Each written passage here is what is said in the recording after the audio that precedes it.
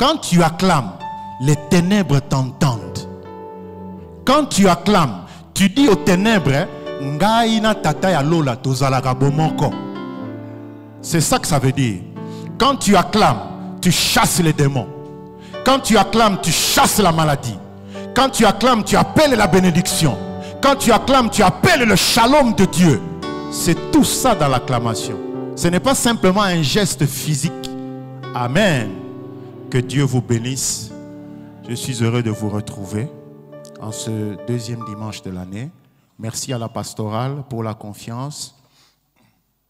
Merci à Papa Camille, Maman Esther, Papa André, notre aumônier, et tout le corps pastoral qui est avec nous ici. Merci Père pour ta parole. Ouvre-nous le cœur, ouvre-nous l'esprit, ouvre-nous les oreilles. Fais-nous du bien en cette année de perfectionnement. Au nom de Jésus. Amen. Hein? Amen. Perfectionnement des saints. Le défi éternel. C'est un défi éternel. Être meilleur que hier. Être meilleur que l'année passée. Les gens disent ceci. Ils disent que 2021 soit meilleur que 2020. Ah, papa, maman. C'est toi et moi qui devons être meilleurs que ce que nous étions que l'année passée. Ah, on dirait que tu ne m'as pas bien saisi. Hein? Ce n'est pas l'année qui doit être meilleure.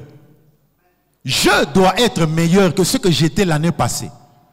Tu dois être mieux, meilleur que ce que tu étais l'année passée. Il faut vraiment qu'à la fin de l'année, quand tu arrives à la fin de l'année, tu dis, cette année, je me suis moins énervé. J'ai été plus patient. J'ai mieux supporté. C'est ça, être meilleur. Et donc, le perfectionnement, c'est un défi éternel. Alors, je vais vous proposer deux petites portions. Deux petites portions. Philippiens, évidemment, chapitre 3, versets 13 et 14. Et Éphésiens, particulièrement, le chapitre 4 au verset 13. On peut d'ailleurs débuter avec... Est-ce qu'on peut nous mettre... On peut nous mettre le texte de Philippiens ou de Éphésiens au choix? Oui, technique. Ça, c'est Philippiens chapitre 3, verset 13. Merci de vous mettre debout. Que Dieu vous bénisse. Nous lisons ensemble. Frères, je ne pense pas l'avoir saisi, mais je fais une chose, oubliant ce qui est en arrière et me portant vers ce qui est en avant. ... On va voir la suite ensemble. Est-ce qu'on peut nous mettre l'autre passage? Celui de Éphésiens chapitre 4, verset 13. C'est comme si les deux versets en fait se complétaient. Lisons. Jusqu'à ce que nous soyons tous parvenus à l'unité de la foi et de la connaissance du Fils de Dieu, à l'état d'homme fait, à la mesure de la stature parfaite de Christ. Alléluia. Amen. Hein? Je vais juste faire ça en 3 parties. On va d'abord parler de 4 vérités essentielles. Ensuite, on va parler des ministères comme un moyen de perfectionnement. Ce n'est pas vraiment un enseignement. L'enseignement, je vais le donner normalement mercredi sur les ministères. Ici, c'est une intervention qui est beaucoup plus à caractère évangélique. Donc, je vais plus survoler. Et enfin, en troisièmement, on va voir quelle est la finalité de tout cela. C'est en fait être comme le vrai Adam, c'est-à-dire Jésus. Amen. Hein? 4 vérités essentielles. 4 vérités essentielles. La première, Dieu seul est parfait. La deuxième, vu de la croix et du ciel, le chrétien est parfait. Nous dis bien Amen. Vu de la croix, là où Jésus était, ce que Jésus a fait à la croix de Golgotha, et vu du ciel, c'est-à-dire la façon dont Dieu le Père te regarde, tu es parfait. Amen. Hein? Vu de la croix et du ciel, le non-chrétien est un enfant de colère et ne peut jamais tenter de chercher la perfection. Et 4e vérité, mais vu de la terre, le chrétien est un saint imparfait. Amen. Première vérité, Dieu seul est parfait. C'est Jésus qui l'affirme. Dans Matthieu 5, 48, votre Père céleste est parfait. Alors que nous courons après la perfection. Paul le dit dans 1 Timothée 6, 16. Dieu habite une lumière inaccessible. Alors que nous avons été tirés des ténèbres. C'est dur, hein, avoir été tirés des ténèbres. Et enfin, troisièmement, la Bible déclare dans Hébreux 13, 8, il est le même hier, aujourd'hui et éternellement. Alors que nous naissons, nous vivons, nous vieillissons, et puis nous mourrons. Amen. Hein? Est-ce que nous pouvons acclamer pour ce Dieu qui est parfait? C'est-à-dire, hein, il n'y a rien à lui ajouter. Il n'y a rien à lui ajouter. Oh non, na pesa nzambe veste moko na somba ki na Paris, veste moko na somba ki na Paris, na kabelango nzambe papa tika. La veste que lui porte, le manteau que lui porte, c'est un manteau de gloire, un manteau de dignité, un manteau de perfection, un manteau d'amour. Béni soit le Seigneur. Sois fier d'avoir un Dieu comme celui-là. La Bible dit qu'il n'a ni père ni mère, ni commencement de vie, ni fin de vie. Ngai, tsoki na kena lola, pe na kokende. Oui, na kotuna ye, mais au fait, to solo la nano entre biso, siko na komiawa. Pourtant, on a zalaki na mabele. Parfois, tu faisais des fiers pour répondre. Mais maintenant que je suis là, oh, tawapi. La Bible déclare que tant que nous sommes sur la terre, nous connaissons en partie. Nous ne prophétisons qu'en partie. Mais là-bas, nous connaîtrons tel que nous avons été connus. C'est-à-dire qu'en réalité, tu n'auras même pas besoin de lui poser la question parce que déjà tu connaîtras la réponse. Oh. J'aimerais lui demander, mais quand tu es monté à la croix, mais tu pensais à quoi? Oh, Jésus. Amen. Deuxième vérité, vu de la croix et du ciel, le chrétien est parfait. Parce que 1 Jean 4, 17 dit, tel il est, tel nous sommes aussi dans ce monde. Nous sommes comme Jésus. Pas par nos efforts, pas par notre prière, pas par notre jeûne, par la grâce. Par la grâce. Vous savez, j'ai pitié des autres religions. Hein. Je vous dis vrai, quand je vois les efforts qu'ils font, attends, tu sais que c'est une obligation. Il se réveille le matin, il prend son petit tapis là, il met là, à midi, à 15h, à 18h. Et s'il ne fait pas ça,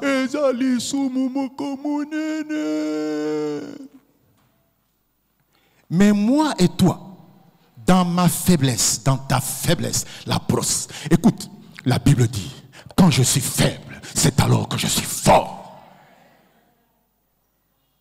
Tout est grâce. Certes, ce n'est pas une raison pour être paresseux, mais ça montre que nous, au moins, nous avons un Dieu qui se soucie de nous. Amen. Donc, vu du ciel, 2 Pierre 1,4 dit ceci. Nous sommes participants de la nature divine. Ah!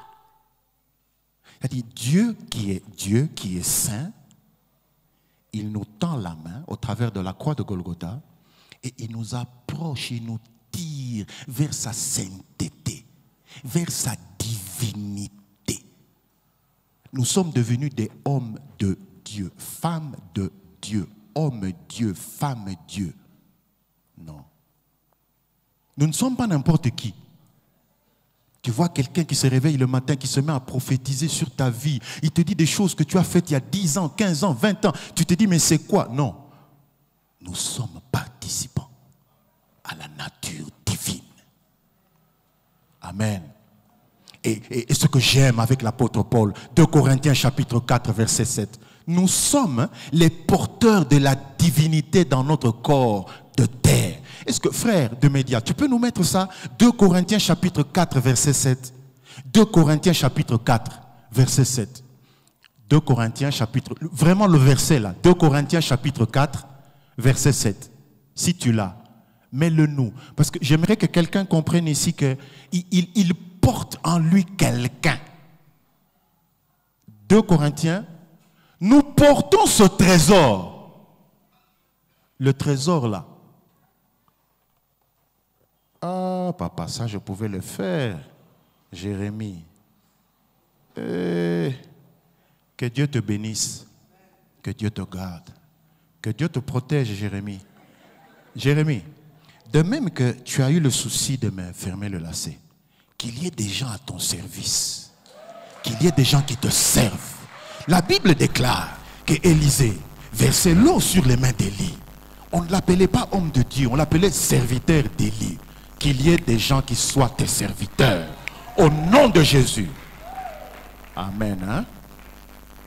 Vous voyez, nous portons ce trésor dans des vases de terre, afin que cette grande puissance soit attribuée à Dieu et non pas à nous. C'est-à-dire que quand tu marches dans la rue, hein, Hermoko, tu tapes la poitrine. Il y a quelqu'un ici. Il y a quelqu'un là-dedans. Et ce quelqu'un, il est plus grand que l'univers entier. Mais comment a-t-il fait pour venir habiter en toi et en moi? Mystère. Et tu le portes chaque jour. Il y a des gens qui croient qu'ils portent Dieu seulement quand il vient à l'église. Il oublie que quand il est au bureau, il porte Dieu. Quand il est à la chorale, il porte Dieu. Quand il est dans le taxi, dans le taxibus, il porte Dieu. Il est avec Dieu. Il est le porteur de la divinité. À combien tu m'as mis Mac? Tu fais attention où tu vas. Tu fais attention à ce que tu dis. Tu fais attention à tout. Amen.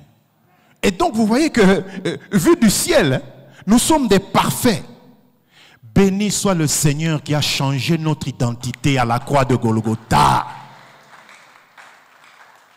Amen. Troisième vérité. Vu de la croix et du ciel, le non-chrétien est un enfant de colère. C'est Éphésiens chapitre 2. Ce verset m'étonne toujours. Médias, s'il vous plaît, mettez-nous un peu au tableau Éphésiens chapitre 2, verset 3, qui dit ceci. Nous étions par nature des enfants de colère. Éphésiens chapitre 2, verset 3. Nous tous aussi, nous étions de leur nombre et nous vivions autrefois selon les convoitises de notre chair, accomplissant les volontés de la chair et de nos pensées. Et nous étions par nature des enfants de colère. Et Éphésiens 5, 6 enchaîne. La colère de Dieu vient sur les fils de la rébellion. 1 Corinthiens chapitre 2, verset 14 dit que ce genre d'homme-là, ce n'est qu'un homme animal. C'est-à-dire, hein, quand tu n'es pas chrétien, même si tu ne bois pas, même si tu ne fumes pas, même si tu ne commets pas l'inceste, même si tu ne commets pas l'adultère, même si tu es un homme bon, entre guillemets, quand tu n'es pas chrétien, quand Dieu te regarde, Ozope saye kanda. Tu es un enfant de colère. C'est-à-dire, quand il pense comment il a sacrifié son fils, son unique, et puis il te voit marcher dans la rue, en train de renier la foi en Jésus-Christ. Ozope saye kanda. Tu es un enfant de colère. C'est-à-dire, tu ne peux même pas envisager un jour de commencer à parler de la perfection. Tu ne peux même pas y penser. Parce que la Bible déclare qu'un homme animal, les choses de Dieu sont une folie pour lui. Il n'a aucun entendement des choses de Dieu. Quand tu lui parles de Dieu, il te dit, ah, longwakuna, nzambe, nzambe, nzambe, nzambe nini.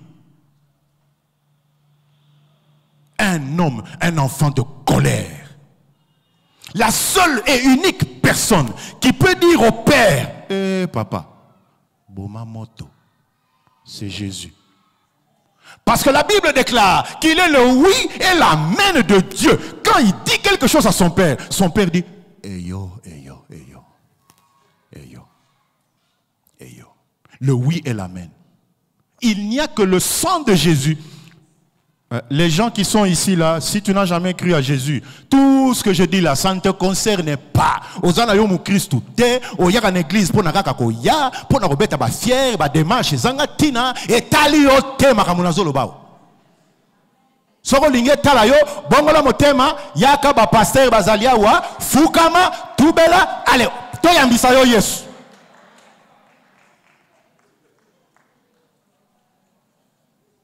Tout ce que je dis là, oh perfection, oh gloire, tu n'es pas concerné. Hein? Si tu veux être concerné, il faut entrer dans l'alliance. Il faut entrer dans le plan de Dieu. Amen. Quatrième et dernière vérité, c'est que vu de la terre, le chrétien qui est saint, à cause de l'œuvre de Jésus, est tout de même imparfait et a besoin de se perfectionner. Paul le dit dans Philippiens chapitre 3, versets 12 à 13. Ce n'est pas que j'ai déjà atteint la perfection, mais je cours. Et oubliant ce qui est en arrière, je me porte donc vers l'avant. Matthieu 5, 48, Jésus donne un ordre. Il dit, soyez donc parfaits. C'est un ordre. Et Paul dit encore dans 2 Corinthiens 13, 11, il dit, perfectionnez-vous. Et Paul dit quelque chose de mystérieux. Dans 2 Corinthiens 13, 9, il dit, ce que nous demandons dans nos prières, c'est votre perfectionnement. Ah, mais ça c'est magnifique. Ça veut dire que tu peux demander mon perfectionnement dans ta prière. Ah, ça c'est magnifique.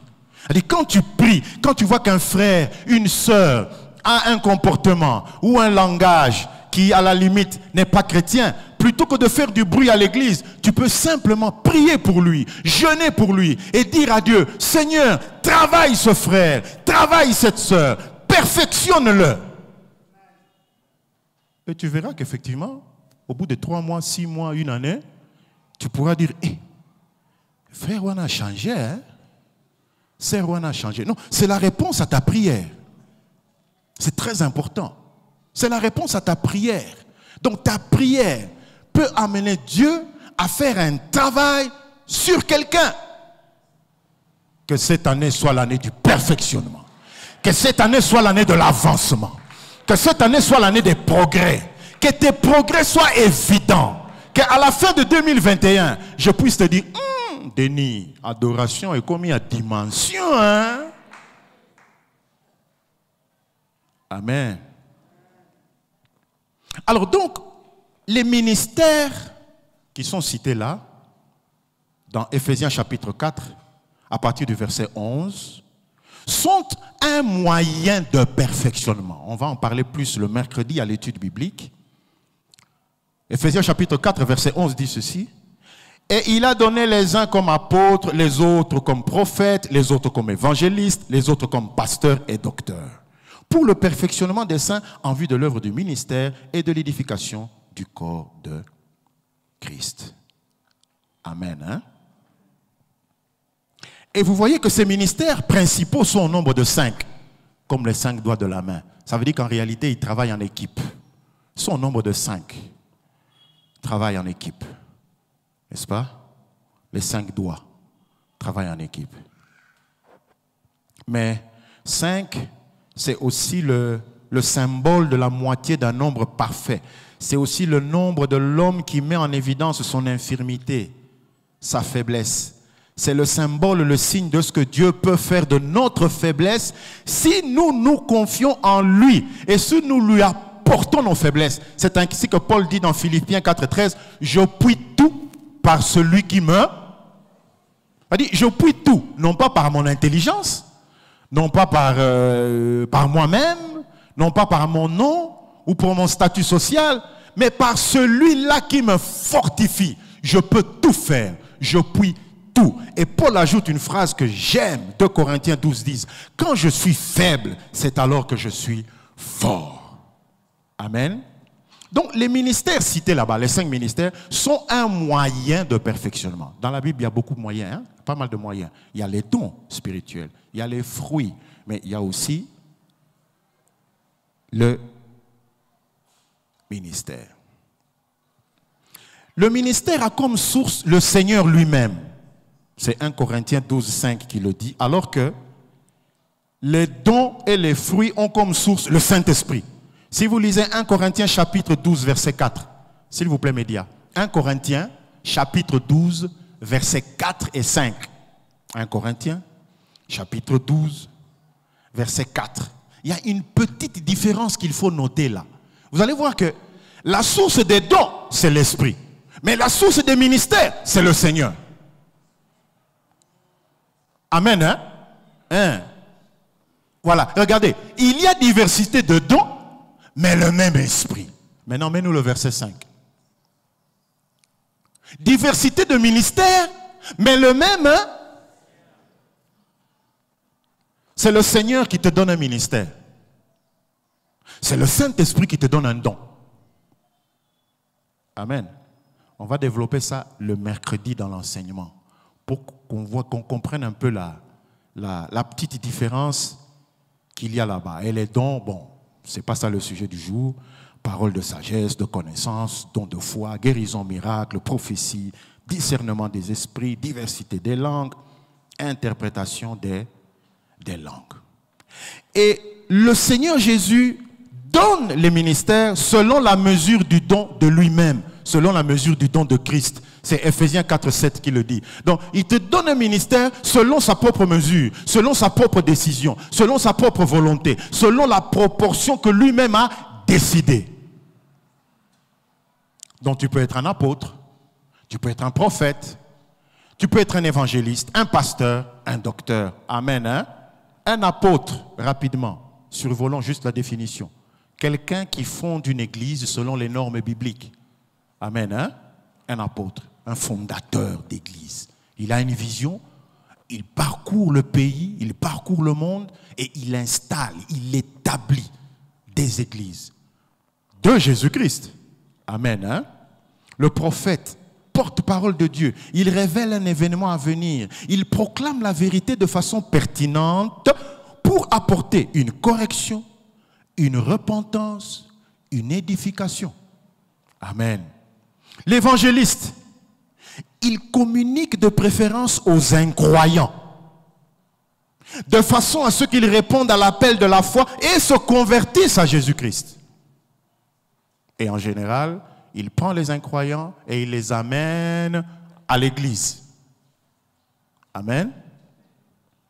Oh non, bon, je ne veux pas me moquer du frère, hein? Non, c'est pas ça. C'est vraiment dans le cadre de la toi, tu vas prêcher à Katoy ou je ne sais où, et puis on te demande, ah, au fait, mais c'est quoi l'église Nabino et Zalarabi? Ok? Nga zara une église, ah? De yo zara une église, bon, maintenant tu viens me prêcher, tu veux m'amener où? Tu vas m'amener où? Tu n'as pas d'église. Tu veux m'amener où? C'est contradictoire. Si je prêche la bonne nouvelle du salut et que tu réponds à cet appel et que tu te convertis à Jésus, normalement, je dois être capable de t'indiquer que dans tel quartier, dans votre quartier ou dans tel coin, il y a une église de bonne facture où on craint le Seigneur, où on prêche le Seigneur. Amen, hein? Le pasteur, il nourrit, il prend soin, il accompagne les fidèles dans un processus de maturation afin qu'ils deviennent comme Christ. Il donne des soins spirituels, moraux, psychologiques. Le docteur, c'est celui qui explique clairement le contenu de la Bible. Il enseigne une doctrine saine et solide. C'est quelqu'un qui est capable de... Quand vous avez des difficultés sur un verset, lui, quand il l'ouvre, vous lui montrez le verset. Non, même la façon dont il vous explique, et ce qu'il vous explique, votre cœur, votre conscience, votre âme est convaincue de ce qu'il dit. Vous sentez que non. Ça, c'est la parole. Amen, hein? Il y a des gens, hein, quand ils commencent à vous expliquer la parole, intérieurement, tu commences à te demander, Zambe, et là, donc toi-même, tu es confus. Toi-même, tu commences à te sentir mal à l'aise. C'est pourquoi il faut se perfectionner. Qu'est-ce que nous racontons? Qu'est-ce que nous disons? Qu'est-ce que nous enseignons? Nous enseignons parfois des choses qui n'ont rien à voir avec l'évangile, qui ont tout à voir avec notre propre orgueil. Orgueil, kaka. Au changer la démarche.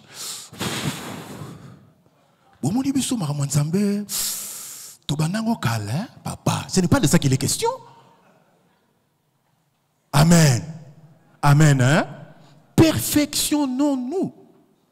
C'est important. Amen. Hein? Dans cette église, il y a pas mal de jeunes. Pas mal de jeunes. Des jeunes filles, des jeunes garçons. Et je sais que j'ai l'avantage, en tout cas le privilège de parler avec certains jeunes de cette église. Et je sais que beaucoup ont des aspirations. Des aspirations élevées. Et c'est très bien comme ça. Moi, j'aime les gens qui ont des aspirations élevées. Bon, vous savez, ce n'est pas dit que quand tu as une aspiration qui n'est pas élevée, que tu n'es pas de Dieu. Mais, frère, qu'est-ce que tu veux faire dans la vie? Bon, pasteur, moi je vois comme si je peux seulement avoir une petite boutique au coin là. Si je peux vendre même quelques cartons d'impiodi, c'est déjà bien. Ce n'est pas mauvais. Mais de grâce, en cette année de perfectionnement, perfectionnons même la hauteur de notre vision. Ayons une vision élargie, élevée, une haute vision. Amen. Oh, que cette église produise des apôtres en grand nombre. Que vous alliez ici, partout là dans le nord Kivu, partout à l'est ici, établir des un jour nouveaux, établir une église conforme aux normes bibliques. Amen. Que dans cette église, qu'il naisse des prophètes et des prophétesses en grand nombre. Au nom de Jésus, qu'il y ait ici des évangélistes puissants. Quand tu entres dans le quartier ici, on sent que non. Il y a des hommes de Dieu qui sont passés ici. Qu'il y ait parmi nous des pasteurs, des hommes capables de faire porter l'alliance aux doigts des fidèles pour rester fidèles à Jésus. Qu'il y ait ici des docteurs de la loi. Des gens, quand ils parlent, ils ouvrent la Bible, ils traitent d'un verset. Vous sentez que non, ce n'est pas de la blague. Amen. Hein? Il y a aussi, ça je vais en parler plus le mercredi, des dons des ministères secondaires. C'est dans Romains chapitre 12, 7 et 8. Hein? Il y a des gens, à part les ministères que je viens de citer, les 5 grands ministères, il y a des gens qui ont ce qu'on peut appeler à la fois des dons, un don et un ministère. Par exemple, quelqu'un qui a un don de gestion, un don de management. Hein? C'est-à-dire, il n'a pas vraiment étudié. Mais quand vous lui donnez quelque chose à gérer, vous sentez que il le fait avec efficacité. C'est un don. Il y en a d'autres qui ont un don d'hospitalité. C'est-à-dire, ici à l'église, vous savez que s'il y a un pasteur qui vient de Londres, de Paris, ou de je ne sais d'où, vous savez que non. Papa wana, torotine d'ailleurs pas frère tel. Parce que ce frère-là, il a ce qu'on appelle le don d'hospitalité. Il va le mettre à l'aise chez lui. Si vous l'envoyez chez le pasteur Paul Thierry, vous risquez de basouana. Mais ce qui vous dit pas, papa wana, à cause de la bien. Papa wana, kocha pasteur wana à l'aise. C'est le don d'hospitalité. Il y en a d'autres qui ont un don qu'on appelle le don de secours. Le don de secours. Ou le don de libéralité. Et quand il a $100 en main, il ne sera tranquille que quand il aura donné au moins $80 aux fidèles. Il a un don là, c'est le don de libéralité. Il y a kabarakak. Quand Dieu lui donne, lui aussi il donne. Quand Dieu lui donne, il donne. Amen. Oh, bien-aimé, ça c'est un don qu'il faut avoir. Le don de libéralité. C'est-à-dire, quand le pasteur André fait un appel là, tu vois seulement quelqu'un qui se lève, qui dit, bon, moi je prends au moins 90% de tout ce que vous avez dit là. Ce n'est pas que Aza fier, Alingala, que Sabino Kazan Mbongo. Non, il a un don. Il libère facilement, sans remords. Les Athéniens du Bissau sont au 90%. Ah, vraiment, bateau, l'église en Kalango est aussi là. Ah, comment c'est exagéré, le pasteur André? Non, je vais lui parler. Ah. Amen, hein? Il y en a un autre qui a le don d'exhortation. C'est différent de l'évangéliste. Parce que l'évangéliste, normalement, il s'adresse d'abord à des non-croyants. Celui qui a le don d'exhortation s'adresse aux chrétiens. Il les encourage à demeurer dans la foi en Jésus-Christ. On va développer ça le mercredi. On va bien développer ça. Amen, hein? Vous voyez? Il y a un autre qui a un don de communication. Il communique bien par tous les supports possibles que nous offre le 21e siècle. Il communique par la peinture, la musique, les photos, les films, Internet. Donc il est capable de faire passer le message de l'évangile au travers des supports numériques. C'est un don. C'est un don. Il y en a un autre qui a un don d'artisanat. Artisanat. Les gens comme Bezalel, comme Oholi là-bas, dans Exode 31. C'est-à-dire, quand tu lui donnes une œuvre à faire, il sait travailler le bois, le fer, la pierre, le tissu. Il travaille ça finement. Mais si tu demandes, on va vous dire que non, il n'a pas étudié. Il n'a pas fait ça à l'Académie des Beaux-Arts. Chez lui, c'est un don. Amen, hein? Voilà. Donc tout ça, ça vous amène à vous perfectionner. Quel est le processus pour le perfectionnement? Suivez-moi bien. Le processus est celui-ci. La Bible dit que c'est pour le perfectionnement des saints, pour l'œuvre du ministère, pour l'édification du corps du Christ. D'abord, les dons équipent les saints. Quand on dit dons ici, dons, ce sont les êtres humains, les êtres humains. Un ministre de Dieu, c'est un être humain. Hein? Un docteur, un pasteur, un apôtre. C'est un être humain. Donc Dieu est capable de prendre un être humain et d'en faire un don, un cadeau. Donc les dons, ce n'est pas seulement les dons spirituels. Les dons, ce n'est pas seulement le tapis ou le micro. Quelqu'un vous vient, il vous fait un don du tapis. Il vous fait le don du synthé. Ça, c'est un don matériel. Et puis, il y a des dons spirituels. Le parler en langue, la prophétie, le don de sagesse, le don de foi, le don de miracle. Mais il y a des dons qui sont des êtres humains. C'est ça les ministres. Celui-là, il a un ministère. Un apôtre, un prophète, un évangéliste, un docteur, un pasteur. C'est un don de Dieu. C'est un don être humain. Donc Dieu le prend, lui là, l'être humain, et il vous le donne à l'église. Il devient votre don, votre cadeau. Quand votre pasteur s'absente, vous dites, oh, tu dis ça pourquoi? Parce que tu réalises son importance. Tu réalises que, non, quand il est là, ça marche bien. Quand il est là, sa prédication me fortifie. Amen. Amen, hein? Mais si de ton pasteur, de ton docteur, de ton apôtre, de ton évangéliste, tu commences à dire, nayoka kendaki bukavu, aoumela kuna, aoumela. Là, ce n'est plus un don. Là, ce n'est plus un don. Amen, hein? Là, ce n'est plus un don. Amen, hein? L'apôtre Jean, si vous lisez la 3e lettre de Jean, là, non, la première ou l'une des 3 lettres de Jean, il se plaint d'un ancien de l'église là qui chassait les fidèles de l'église. Tu es chef à l'église, tu chasses les fidèles de l'église. L'apôtre Jean se plaint de lui dans la lettre. Il dit, voilà, il ne nous écoute pas, il n'a pas de respect pour moi. Vraiment, quand je viendrai, non, je lui dirai tout ce qu'il fait là, tout ce qu'il fait de mal. C'est pas bien, c'est pas gentil. Amen, hein? Donc le don peut être un être humain qui a un ministère. Alors on l'appelle ministre. Il équipe qui? Il s'occupe de qui? Il s'occupe des saints. C'est-à-dire les fidèles en Jésus-Christ. Amen. Et ensuite, les saints à leur tour servent dans le champ du Seigneur. Et ils deviennent à leur tour des ministres qui eux aussi équipent d'autres saints.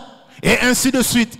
Vous comprenez maintenant pourquoi la Bible dit dans 1 Corinthiens chapitre 3 verset 9, nous sommes ouvriers avec Dieu. Nous sommes des co-ouvriers avec Dieu. Nous sommes des ouvriers avec le Seigneur. Non, on a église bon. Nalingana pena ko sale lokota. Mais nazala kaka. Bon dimanche kaka. Nazala kaka. Mais tu es ouvrier avec qui? Tu travailles où? Normalement, dans une église telle que nous sommes ici, chacune doit être dans un département. Mais oui. Tu es où? Tu es dans quel département? Tu es co-ouvrier avec qui? Nous sommes les co-ouvriers du Seigneur. C'est-à-dire, nous marchons avec lui main dans la main. Nous travaillons ensemble. Le Seigneur dit, longola ma tite, olongoli. Il dit, nettoie un peu ici. Ah, tu nettoies. Nous sommes chacun selon sa spécificité. Que tu sois apôtre, pasteur, docteur, chacun là où tu es. Il y en a qui sont au champ là-bas. Il y en a qui sont à la technique. Il y en a qui sont au balayage. Il y en a qui sont aux médias. Chacun fait quelque chose selon ce qu'il sent que Dieu a mis en lui.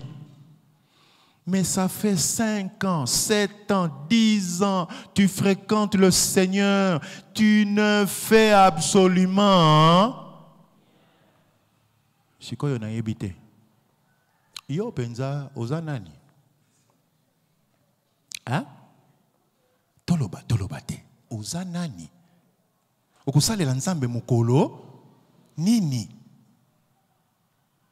Quand travailleras-tu pour le Seigneur? Quand feras-tu quelque chose pour le Seigneur? Quand? Et à la fin du processus, le corps grandit et est édifié. Donc vous comprenez que le perfectionnement, c'est à la fois un cycle et un processus qui dure depuis 2000 ans et qui durera jusqu'au retour de Jésus et jusqu'à l'enlèvement de l'Église. Ça ne finira pas? Ça ne finira pas. Mais oui, 2022, je vais sacrifier ma casse.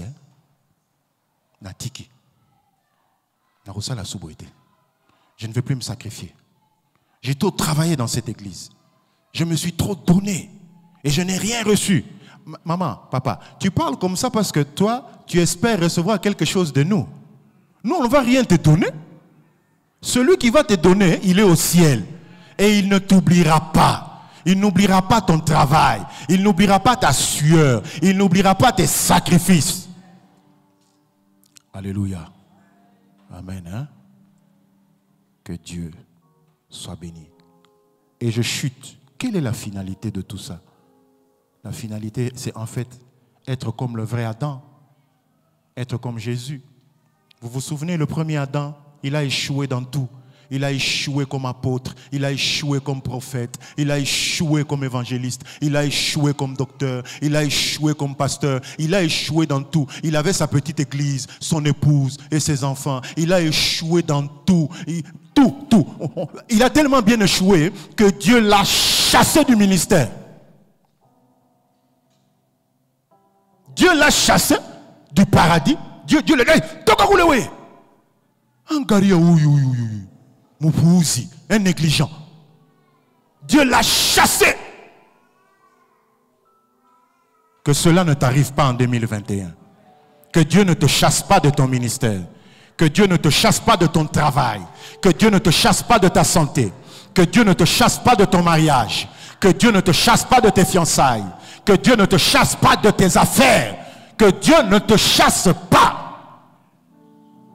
Pourquoi? Parce qu'il avait préféré écouter un autre apôtre. Il avait préféré écouter un autre prophète. Il avait préféré écouter un autre évangéliste. Il avait préféré écouter un autre pasteur. Il avait préféré écouter un autre docteur. Celui venu des ténèbres. Et qui leur a dit, non, ça il faut manger. Qui Dieu vous a dit quoi? Il a dit que tu vas mourir. Oh, tu ne mourras pas, sois calme. Il a préféré écouter un autre évangile. Alors que la Bible déclare, si même un ange viendrait ici pour proclamer un autre évangile que celui de Jésus-Christ, qu'il soit anathème. Et souvent, malheureusement, nous sommes comme les premiers Adam.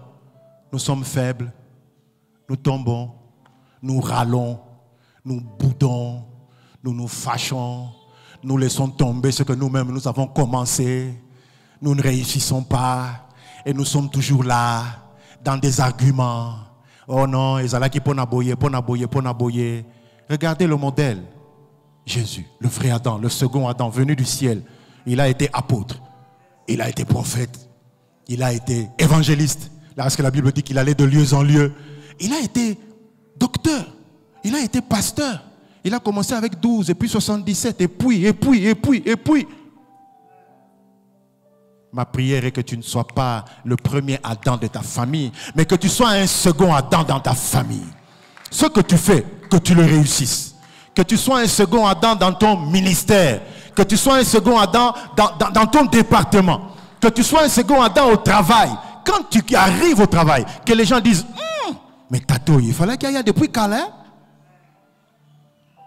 Amen. Amen. La perfection. C'est possible avec Jésus. Parce que lui est le second Adam, le parfait qui a tout réussi, qui a effacé tous les échecs du premier Adam. Il a effacé tous nos échecs, toute notre amertume, tout ce que nous avions mal fait. Il a effacé ça. Il a effacé. Et il nous a accordé à tous une seconde et même une énième chance. Parce que la Bible déclare, le juste peut tomber même 7 fois, mais le Seigneur l'en relève tout. Toujours. Alors est-ce que tu peux te lever avec moi? Lève-toi avec moi. C'est l'année du perfectionnement. C'est l'année où nous voulons avoir plus de Dieu en nous, plus de Jésus en nous, plus de perfection. Si tu te fâches, fâche-toi moins cette année. Cette année, fâche-toi moins. Si tu as l'habitude de râler, cette année, râle moins, boude un peu moins. Si à la maison, tu as l'habitude de laver seulement 3 assiettes, cette année, lave même 10 assiettes par jour. Cette année, c'est l'année du plus avec le Seigneur. L'année du perfectionnement. L'année du perfectionnement. À la fin de l'année, qu'on sente la délivrance. Qu'on sente le changement. Est-ce que tu peux élever la voix? Élève la voix. Dis Seigneur, vraiment, cette année, Seigneur, cette année, perfectionne-moi, Seigneur. Travaille mon caractère. Travaille mes talents. Travaille mes dons. Travaille mes fruits. Travaille mon ministère. Travaille, Seigneur, travaille. Travaille, Seigneur. Travaille. Travaille-moi, Seigneur, parce que je veux parvenir. Je n'entends pas ta voix, je n'entends pas ta voix. Je veux parvenir à la mesure parfaite de Christ. Je veux faire une chose. Je veux oublier mes amertumes. Je veux oublier mes échecs. Je veux oublier là où je suis tombé. Je veux courir vers le but. Courir vers le Seigneur. Je veux me porter en avant. Je veux aller de l'avant. J'en ai marre de toujours rassasser le passé, rassasser le passé. Me perfectionner cette année. Il y a quelqu'un ici qui doit perfectionner le Nord Kivu. Il y a quelqu'un ici qui doit perfectionner la RDC. Il y a quelqu'un ici qui doit nous perfectionner. Il y a quelqu'un ici qui doit perfectionner d'autres chrétiens. Il y a quelqu'un ici qui doit perfectionner ses collègues au bureau. Il y a quelqu'un ici qui doit perfectionner quelque chose, qui doit perfectionner quelqu'un. Au nom de Jésus, je demande à l'aumônier d'avancer. Merci Seigneur. Sois béni, Papa.